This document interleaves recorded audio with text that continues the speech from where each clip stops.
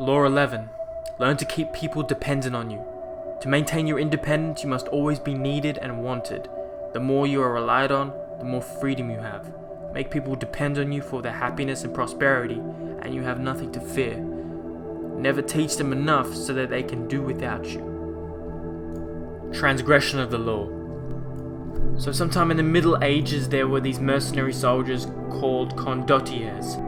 And there was this one condottier, this one warrior who had saved the town of Siena, a European town. He had saved this town from a foreign aggressor, from someone trying to attack the city. So the city was happy, the city was very grateful. They couldn't think of any amount of money or honor that could possibly compare to the value he had provided to the city, to the preservation of Siena. They thought of making him the Lord. Nah. They said that wasn't enough. Then they debated on this matter, and they decided, let's kill him and then worship him as our patron saint, as our god. And they did. And this condottier, this warrior, was one of the bravest, most successful of all. That's what the history books have written. This is what I'm reading. So there was another condottier who had served the city of Venice. He lived the same fate. They decided to kill him and convict him, make up some type of charges that weren't really real. Interpretation. And this is a trend back in you see, we are so lucky to live in the times we live in. You could have been a motherfucker. If you're a warrior now, you're a warrior, you're in the military. You are, maybe not, the warriors back in the 1500s are obviously different to now. We use this term warrior to describe a man of masculinity, and describe a man of a hero, someone who we look up to. So we are so lucky, I just have to say this little tangent, we are so lucky to live in a time when you could be called a warrior, a condottier, the modern day condottier, and be celebrated instead of beheaded and killed, because you were killed back then for doing such great work. That's how fucked up a lot of our previous histories were. I'm gonna say fucked up. It's just different. It's just different ways of living that most of us can't comprehend and understand, really, because we never lived it. Okay, so all these condottiers, there was a trend. They seemed to suffering the same fate. They all ended up, not all, most of them ended up being banished, imprisoned, or executed. So one way or another, their fate was ended, or their fate was adversely affected. The problem was not ingratitude. It was that there were so many other condottiers, as able and valiant as they were, and they were replaceable. Nothing was lost by killing them. There was always going to be someone who was going to come behind this other condottier and serve and help. Such is the fate of those who do not make others dependent on them. Sooner or later, someone comes along who can do the job as well as they can. Someone younger, fresher, less expensive, less threatening. Be the only one who can do what you do, and make the fate of those who hire you so entwined with yours that they cannot possibly get rid of you.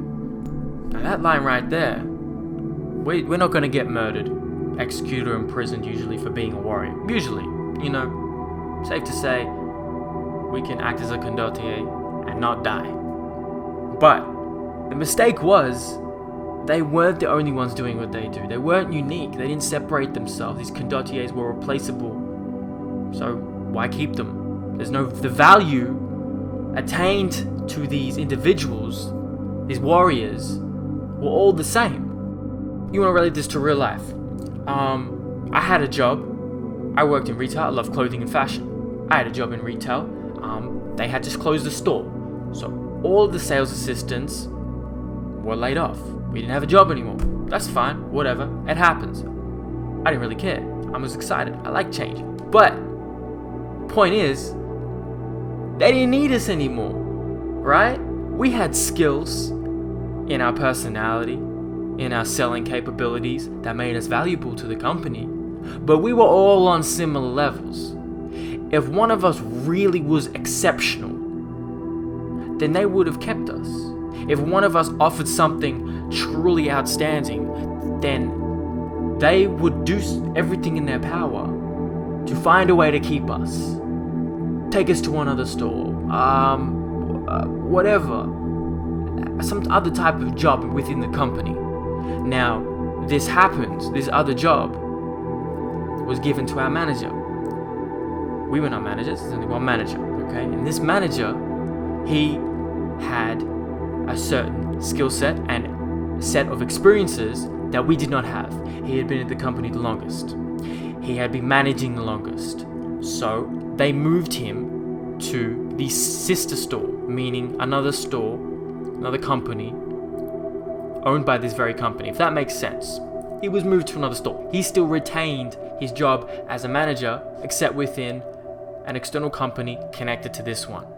We did not, but only because we did not have what he had. Now you can relate that to you, because everybody will experience losing their job. Everybody will experience that in their life.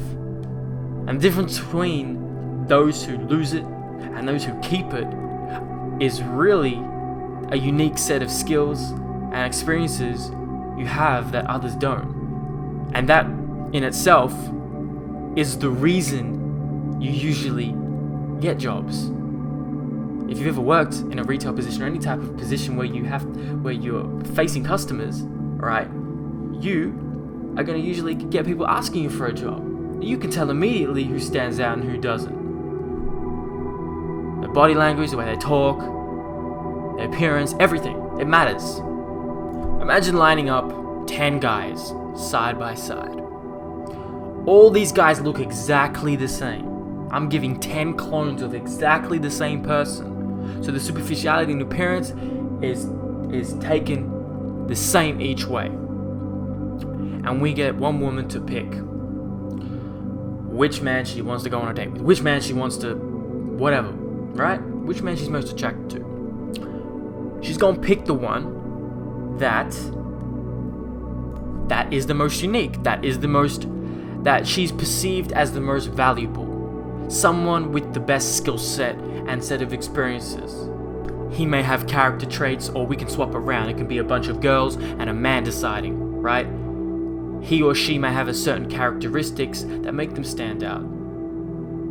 Maybe a certain humility, maybe a certain confidence or bravado, or way they carry themselves, their body language, the way they talk. Are they driven? Are they passionate? Do they know what they're doing? Do they know why they're doing it? Like that. Those qualities separate you from other people, from other guys. And when you have a conversation and meet different men and women, you can quickly distinguish, obviously, which ones you're attracted to, but not most importantly, why. You can see why. Who intrigues you the most? Who excites you the most?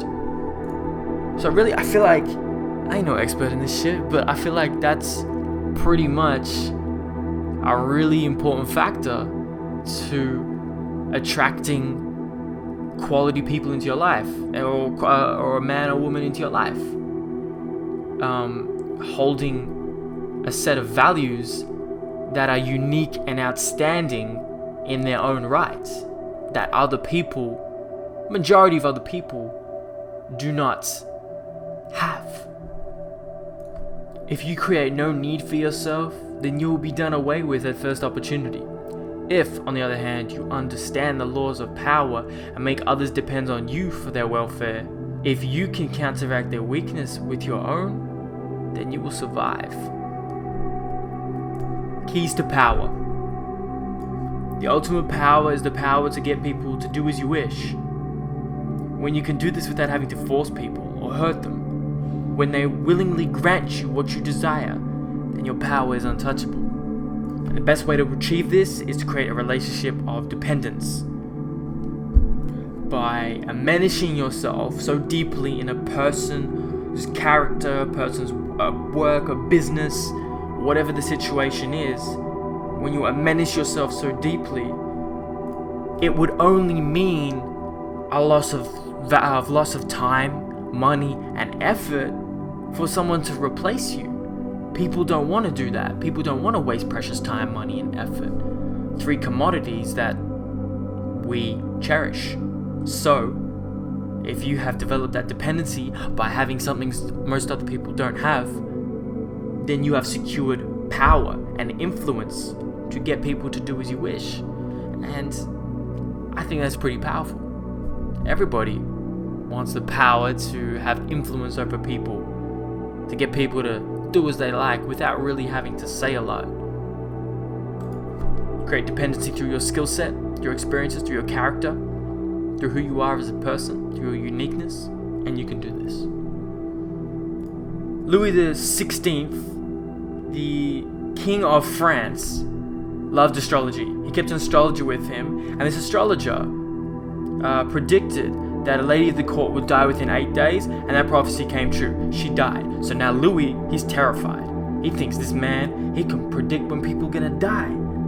He thinks he has such power within the realm of science and astrology that power in itself threatened him. So in either case, this astrologer needed to be killed. So Louis, before the astrologer came, he told his servants and guards, when I give the signal, pick this astrologer up, throw him out the window. We're gonna kill him. That's how they did it back then. Fuck swords, throw him out the window. We use guns? Nah, fuck it, window. I digress. So the astrologer arrived. Louis asked him one more question. You claim to understand astrology, know the fate of others. So we asked him, how long do you have to live? The astrologer replied, I shall die just 3 days before your majesty.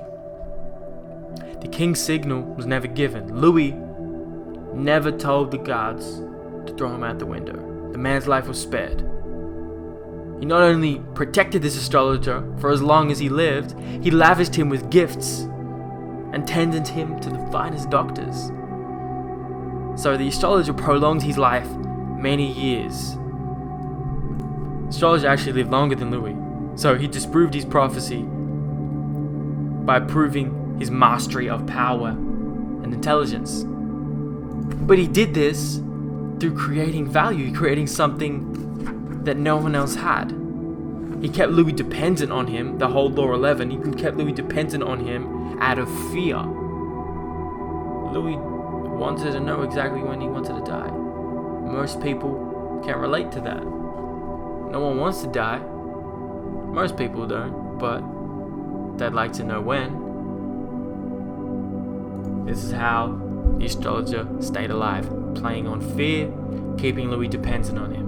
Just thought that was a very cool and smart story and smart play that you wouldn't usually expect. One last warning. Do not imagine that your master's dependence on you will make him love you. In fact, he may resent and fear you. But as Machiavelli said, it is better to be feared than loved. Fear you can control, love, never. Depending on an emotion as subtle and changeable as love or friendship will only make you insecure. Better to have others depend on you out of fear of the consequences of losing you than out of love of your company. This is exactly what the astrologer did, and it's exactly what I said before I read that paragraph, which is quite a coincidence because I don't remember reading this paragraph. It's just something that was on my mind. So, I was right. Fear.